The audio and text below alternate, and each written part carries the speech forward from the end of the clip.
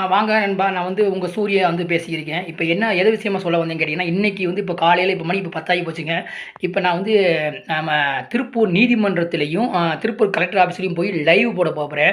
அதுக்காக தான் இப்ப மணி 10 ஆகிடுச்சுங்களா, கரெக்ட்டா ஒரு 10:45ங்கிறப்ப நம்ம அங்க ரீச் ஆயிருவேன். இங்க பல்லடத்துலருந்து திருப்பூர் போறதுக்கு. எது விஷயமா போறோம் உங்களுக்கே தெரியும். நம்ம பிரச்சனை பார்த்தீங்கன்னா, ரொம்பயும் இதா என்னோட பணத்த ஏமாத்துன அந்த அக்யூஸ்ட் நவாஸ் பார்த்தீங்கன்னா, தலைமறைவா இருக்கிறான். அவன தேடப்படும் குற்றவாளியா பல்லடத்துலருந்து சொல்லி நம்ம பல்லடம் கோர்ட்டுக்கு நம்ம அனுப்பியிருக்கிறோம் அப்படின்னு இருக்கிறாங்க. ஏன்னா இது அனுப்புறதுக்கு இவங்க 3 வருஷம் ஆக்கியிருக்காங்க. அப்ப அவன இன்னைக்கு பல்லடம் போலீஸ்காரங்க கண்டிப்பா பிடிக்க மாட்டாங்க. அதே மாரி பல்லடம் கோர்ட்ல இருக்கிறவங்களும் பார்த்தீங்கன்னா அந்த அக்யூஸ்டுங்களுக்கு வந்து வந்து எப்பவுமே சப்போர்ட் பண்றவங்களா இருக்கிறாங்க. ஸோ எனக்கு பல்லடம் போலீஸும் வேண்டாம், பல்லடம் நீதிமன்றமும் வேணாம் அப்படின்னு சொல்லி என்னுடைய கேஸ திருப்பூர் நீதிபதி நீங்க விசாரிங்க. அது மட்டும் இல்லாம என்னோட கேஸ நானே வாதாடிக்கிறேன். ஏன்னா நான் தான் இழந்திருக்கிறேன்.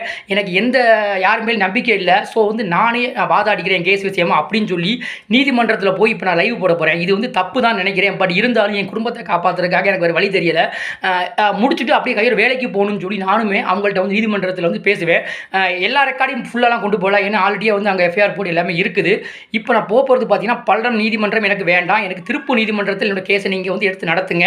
நானே என் கேஸை வாதாடிக்கிறேன். அதுக்கு சட்டத்தில் இடம் இருக்குன்னு நினைக்கிறேன். இப்போ பார்த்துருக்கேன் நானுமே. ஸோ என் கேஸை நானே வாதாடிக்கிறேன்னு சொல்கிறதுக்காக போய் லைவ் போட்டு சும்மா போனால் அவங்க நம்ம இது பண்ண மாட்டாங்க. ஸோ லைவ் போட்டு லைவில் போட்டு உட்கார போகிறேன்.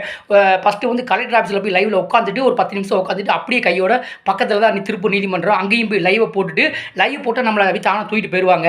அதுக்கப்புறம் நம்ம பிரச்சனைகள்லாம் சொல்லி அவங்கள்ட்ட போடலான்னு இருக்கும். சப்போஸ் என்னை உள்ளே வைக்கிறதுக்கு வாய்ப்பு இருக்குமான்னு தெரியல.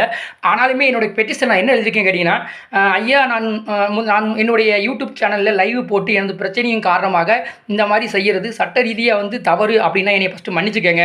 இது நான் இந்த மாதிரி செய்கிறது பார்த்தீங்கன்னா என்னோட குடும்ப வறுமையினோட காரணமாகவும் தவறான அரசு அதிகாரிகள் மட்டுமே முழு காரணம்.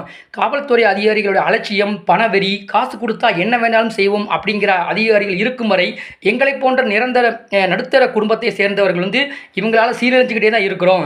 என்னுடைய பிரச்சனை என்னன்னு கேட்டிங்கன்னா, நவாஸ் மற்றும் அவங்க புரோக்கரும் குடும்பத்தாரான சகாபுதீன், அல்லமான் ஆகியோர் ஏமாற்றத்தோட தொடர்பாக கடந்த 2023 நான் புகார் கொடுத்துருக்கேன். எப்போங்க 2023 என் பணம் 11 லட்ச ரூபா வரைக்கும் ஏமாத்திட்டாங்க. 2023 நான் புகார் கொடுத்துருக்கேன். இதில் நவாஸுங்கிறவன் மட்டும் 100க்கும் மேற்பட்டவர் வீடும் நிலம் வாங்கி தருவதாக சொல்லி ஏமாற்றி இப்போ தலைமறைவாக இருக்கிறான். இந்த தலைமறைவாக இருக்கிற நவாஸை தப்பிக்க வச்சதும் பல்லடம் காவல்துறையான டிஎஸ்பி விஜயகுமார் அவர்கள் தான். ஏன்னு கேட்டிங்கன்னா, அதுக்கு ஒன்றும் சில எவிடன்ஸ் எங்கிற வாக்குவாதமான வீடியோஸ் எல்லாமே இருக்குதுங்க. அது மட்டும் இல்லாமல் 2023-24 பல்லடத்தில் பணிபுரிஞ்ச பல காவலர்கள், அதாவது எஸ்சி வேலுச்சாமி, வேல்முருகன், திருமால்னு சொல்லி இவங்களோட உதவியற்ற நாச வேலையை செஞ்சிருக்கிறான். அதுக்கான சில வீடியோ ஆதாரம் என்கிட்ட இருக்குது. அதனால் திருப்பூர் கலெக்டர் ஆஃபீஸும் எனக்கு நீங்கள் என்ன சொல்கிறீங்கன்னா, பல்லடம் கோர்ட்டும் வேண்டாம், பல்லடம் போலீஸ்காரங்களும் வேண்டாம், நீங்கள் எனக்கு விசாரிங்கன்னு சொல்லி நான் எழுதியிருக்கேன். பாப்பா என்ன நடக்குதுன்ட்டு.